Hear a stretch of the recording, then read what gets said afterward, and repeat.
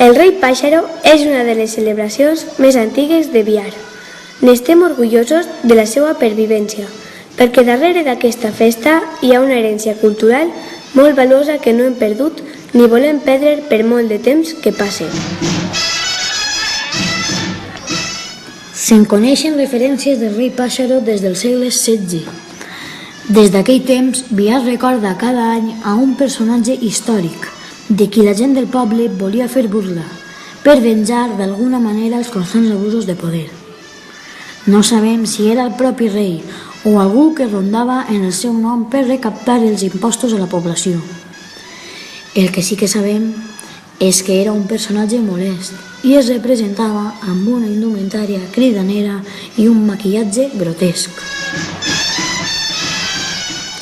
Amb la seva roba característica, corona, capa i barba blanca descaradament postissa, el Rei Pàixaro passeja cada any pels carrers del poble damunt un cavall i portant una gran bandera quadribarrada, que ens remunta al temps en què Biar pertanyia a la corona d'Aragó.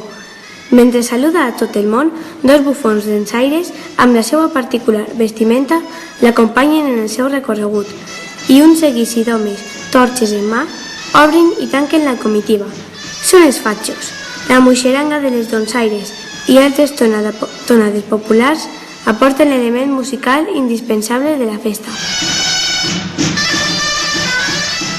Durant tot el trajecte, la gent els rep a la vora de les seues cases, encén fogueres i ofereix beguda i menjar als participants, simulant els antics tributs.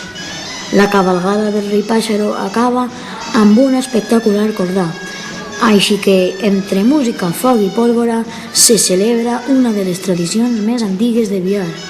Cada any, el dissabte més proper a la festivitat de Sant Antoni, Biar reviu una part molt important a la seva cultura, història i tradició.